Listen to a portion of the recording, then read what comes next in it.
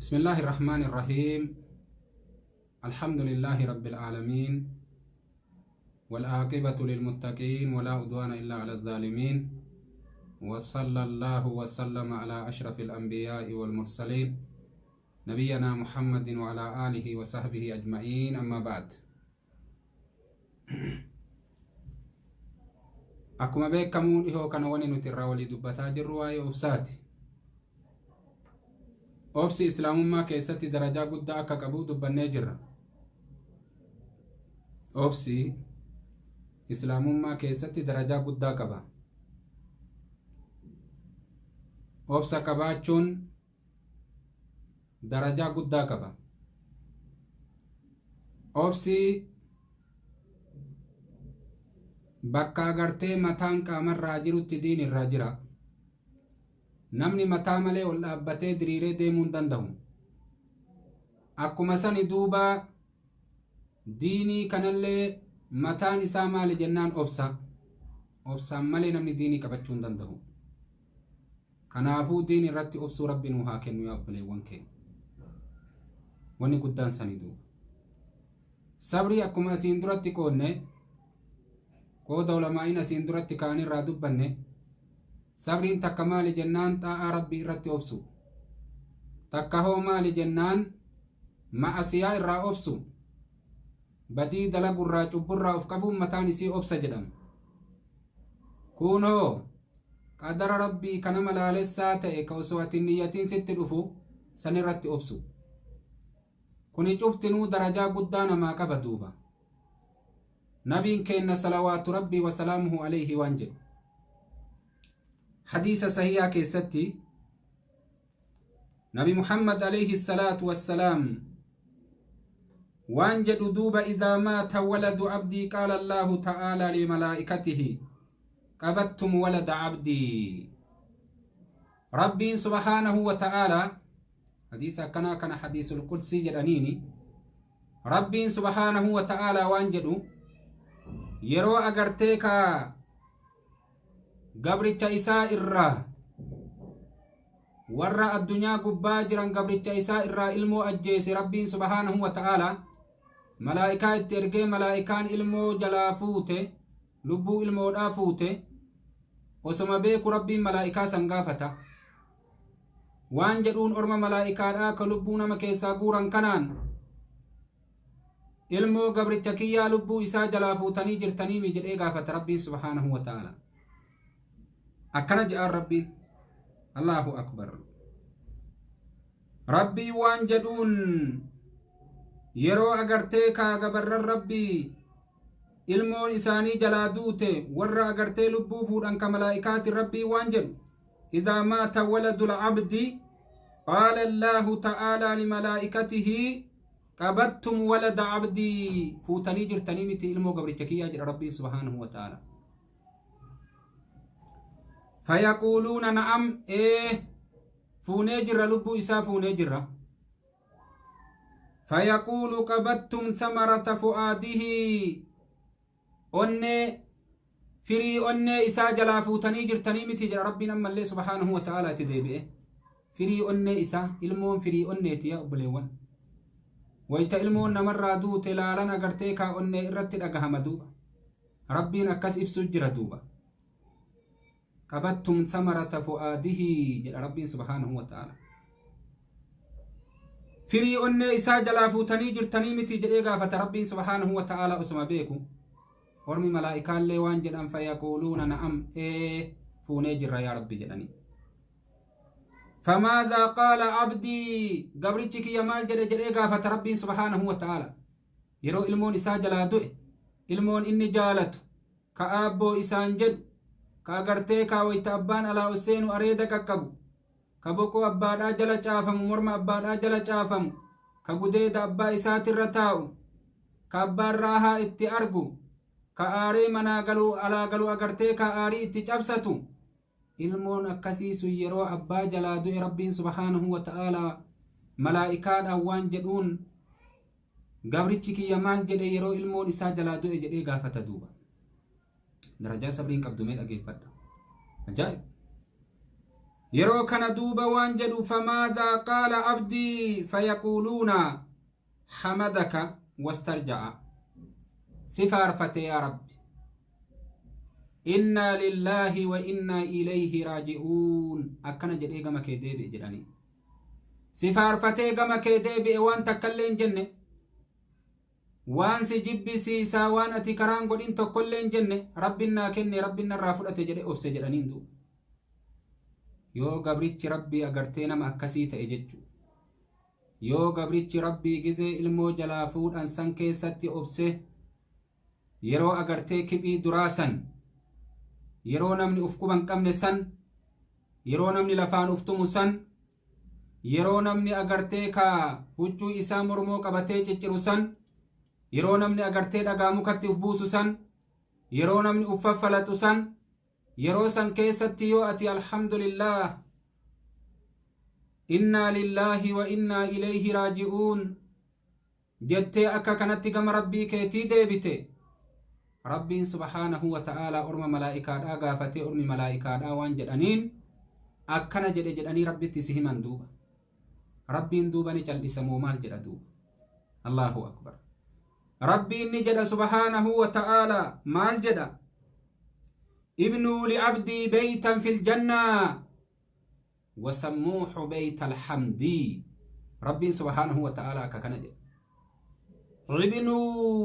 ابنوا جد ربي سبحانه وتعالى إجارة جد أغرتك قبل التكية كناف ابنوا لعبدي بيتا في الجنة قبل التكية كناف من جنتك ست إجارة جد ربي سبحانه وتعالى قبل التكية كإلمون جلادو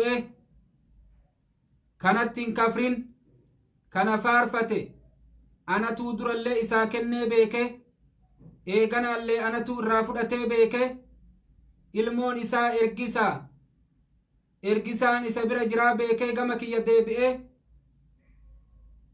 dandeettii ka qabu anaa beeke nattiin kafarree gama kiyya deebi'e kana mana jannata keessatti ijaara fi jedha rabbiin subhaanahu wa ta'ala meelaalaa waan sabriin qabdu yaa obboleewwan ابنوا لعبدي بيتا في الجنة جاء ربي سبحانه وتعالى قبل التكية من أقرتي جنتك ست إجارة جاء ربي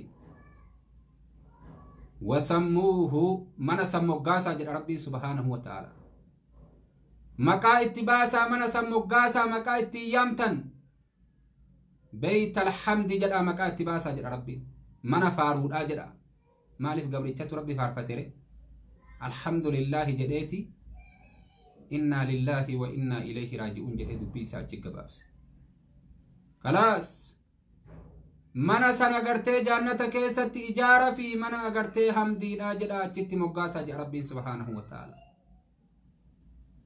كنافو يا بوليون كي يا اوبسي وانا كنانا ما قبا يو نمني اتجالت سرا دوئ ilmoon kee yoo sirraa du'e obsi duuba ka'ee galafaan uftumtee waan taatu dhabaafate ay deebitee obsitu ka'ee gasanii yoo sabbarisiin jedhan illee silaafuu kamaal goonu akkana jedha bar namni kenna silaafuu kamaal goonu waan godhu dhabaafi obsuu jira malee darajaa rabbiin dubbate san argamsiifachuudhaaf obsutti hin jiru jechu kaliman maanuun tolle jechinuu hin tolle laal deebisaanuun tolle silaafuu kamaal goonu jedhan bar silaafuu kamaal goonu waan goonu qabna obsuu dhabne silaafuu kamaal goonu akkana jedhan duuba waan ta'an dhabanii obsan malee darajaa rabbii kana agartee kaa baruudhaaf hin obsine duuba sinii galee akkana jedhe duuba rabbiin subhaanahu wa ta'ala akkana jedhe wasammuuhu beeyta alhamdi mana agartee faaruudhaa jedhaa moggaasaa jedha rabbiin subhaanahu wa ta'ala mana faaruudhaa jedhaa moggaasaa jedha riwaayaatan imaamu tirmizi odeesse akkasuma hadiisa kan agartee darajaa isaa hasan godhe hadiisichi immoo silsilaa keessatti imaamul albaanii sahiha godhee jira حديث برا كيست مو نبين كنا وانجل صلوات ربي وسلامه عليه يقول الله تعالى ما لعبد المؤمن عندي جزاء إذا كبت سفيه من أهل الدنيا ثم احتسبه إلا الجنة رواه البخاري رواية إمام البخاري قباسن كيست نبين كن وانجد صلوات ربي وسلامه عليه نبي محمد وانجد رواية إمام البخاري قباس كيست ربي سبحانه وتعالى وانجد قبرتش مؤمنات في نبرة تاني قلن جد يرو كم يرو جالتمتو إسا فلتمتو إسا جلافود يرو جالتمتو إسا فلتمتو إسا أن جلافود جلا أجيس جتشو بيك أكنا جد ورّا الدنيا دا الراكتات فلتمتون سن المان إسا هاتاتو جال الليوان إسا هادابا إسا الراهاتاتو شيك إسا الراهاتو صاحبان إسا الراهاتو نما إنك كان جالتو yoo rabbiin jalaa ajjeesee eegasanii inni rabbi irratti hirrigatee obse galanni isaaf hin taane jedha rabbiin subhaanahu wa ta'ala na biratti illa aljannata jannata male subhaanallah galanni isaaf hin taane jedha jannata male nama waan inni jaalatu an jalaa fuudhee lubbuu inni jaalatu an jalaa ajjeesee inni sabbaree obsee rabbi irratti hirrigate rabbiin subhaanahu wa ta'ala galata nama sanii maal godhe jennaan jannata godhe galata nama sanii jannata godhe rabbiin subhaanahu wa ta'ala akkana jedha rabbiin subhaanahu wa ta'ala kanaaf obsi darajaa guddaa qaba jecha yaa obboleewwan keenya as-sabru diyaa'un akkuma nabiin keenya jedhe ifaa guddaadha obsi obsuu nama barbaachisa rakkoo namatti argamteef imtihaana nama muudateef obsa nama barbaachisa duuba yaa obboleewwan keenya diinii kanarratti ragga'u diinii kanarratti gadi sabachuu nama barbaachisa yoo akkasin ta'in namni homa xiqqotu diinii kanarraa gufuu isatti ta'a jechuudha homa xiqqotu diinii kanarraa gufuu isatti ta'a namni agartee lubbuu isaa halaakuu fa'atti ariifata yeroo agartee wanni tokko akka inni yaade ta'uu fi dhabe yeroo tasaa ka'uu fi dhabe lubbuu fi kana fa'atti ariifata obsa dhaba wanni kun marti akka waan gaariitti deemu gara kaaniin jaahilummaa waa hedduuf keessaa qabdi dubbiin sun duuba waa hedduuf keessaa qabdi duuba akkuma san wanni nama barbaachisu yaa obboleewwan keenya obsa guddaadha duuba obsa guddaa nama barbaachisa نبي كنا عليه الصلاة والسلام امتحان قدان نبي كنا قبت جران صلوات ربي وسلامه عليه ومع ذلك نبي كنا نأبسئ للو ترى نبي سبحانه وتعالى اسمه كوري وسو أغرتي غرا أيو إساك سجرو ربي أبا الرافدته الله أكبر أبا إسا عبد الله وسو إني غرا أيو إساك سجرو والفجأة لما فأجرني إساء أكسيتي أبان إساء جلادو عبد الله أكسي بر نبي محمد نما بابا جرون أسون أرغتين أبوكي أسون جدين أبان إساء الموكي أسو إسان جدين جالل أغرتي كا أبان الموكب أسون أرغين قدت دوبا الله أكبر جالل أبان المول أفكبو وصون أرجين قدت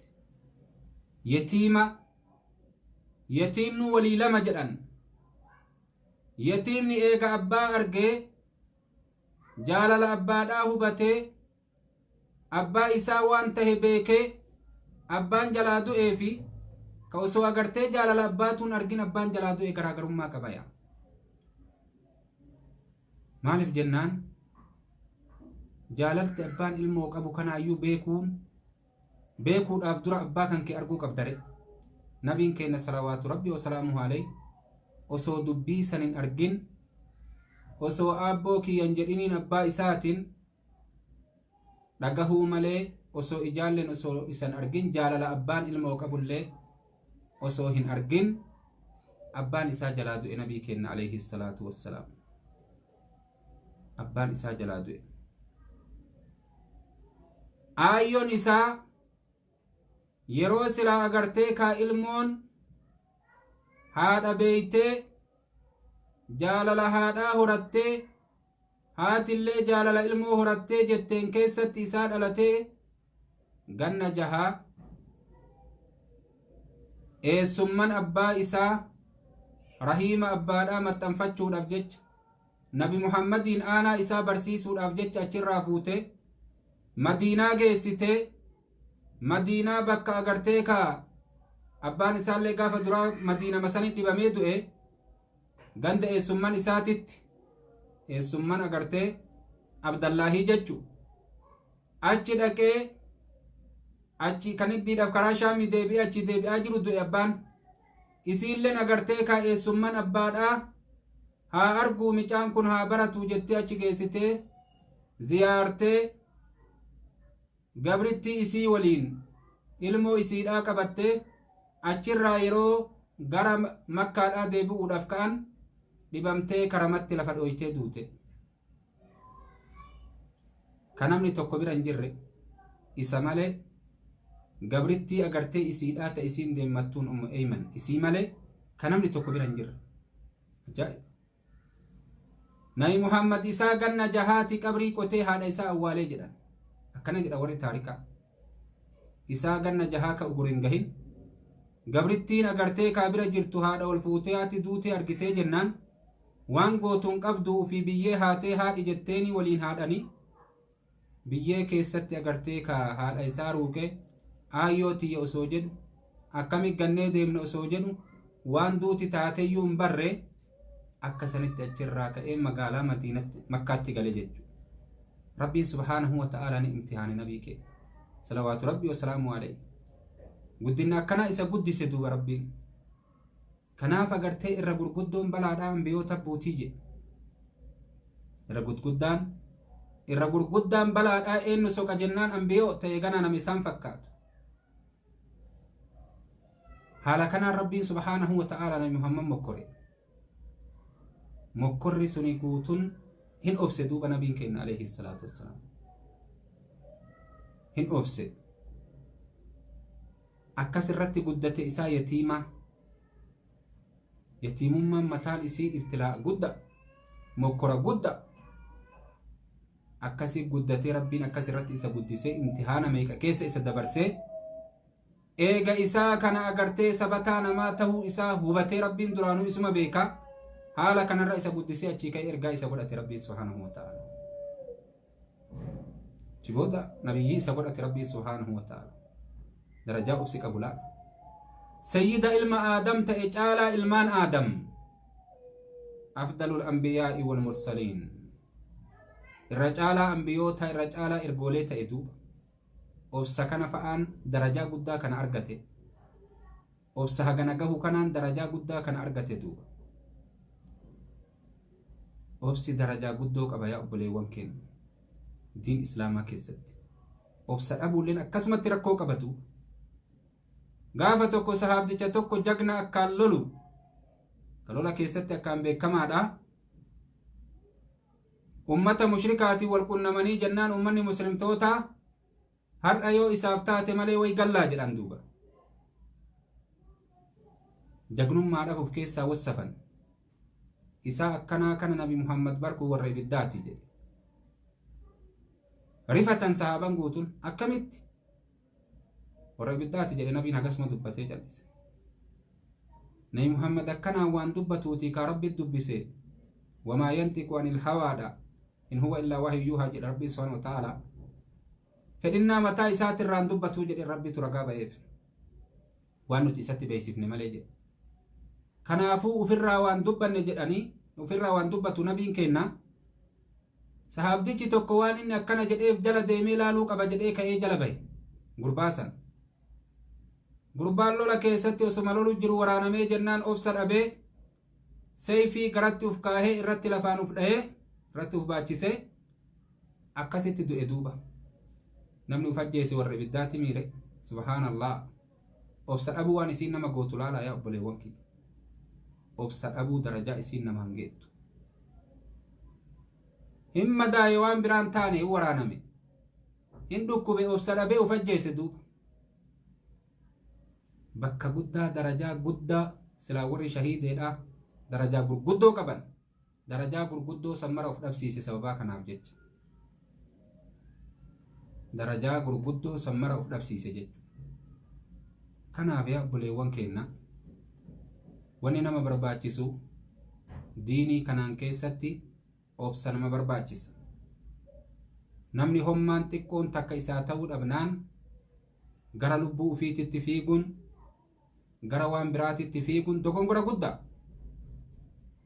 Akka waan balaan isatti buute nama tokkotti hin bu'iniititti uf laaluun akka waan biyya keessaa wanni addaa tokko isa qabatteetti uf laaluun dogongora duuba. Dogongora guddaa. Isinii galee waa cufa keessatti obsa nama feessatu. Bu'aa ceeyin addunyaadhaa kun obsa nama barbaachisa duuba. Akkas nama barbaachisa. Akkanumatti miti duuba.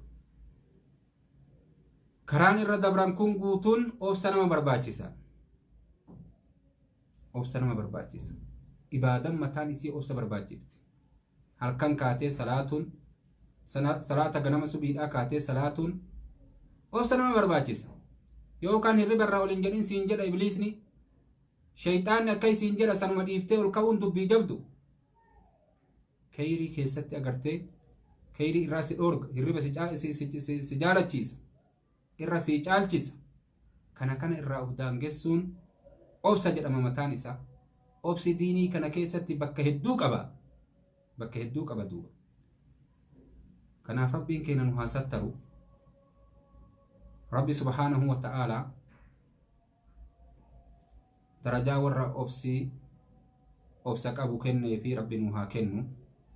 Jabaadhaan isiniin jedha. Waa hedduufin obsa kanatti deddeebi'ee waa hedduu gurra kiyya kana keessa jira. Waa hedduun dhagaha. Isinii galee. Kanaafuu agartee jajjabaadhaa isiniin jedha. Rabbiin agartanii kaa numaraayyuu asirratti nu haa sabachiisu. Diin irraa mikmik jechuun rabbiin subhaanahu wa ta'aalaa nurraa haa qabu. Sabaata rabbiin nu haa kennu. Sabaata kadhadhaa. Hatta nabiin keenya alayhi salaatu wassalaam sahaabaa isaatiin waan jedheen jihaadan kadhatinaa jedheen. Yaa rabbi jihaadan nuufid jettanii hin kadhatinaa yaa.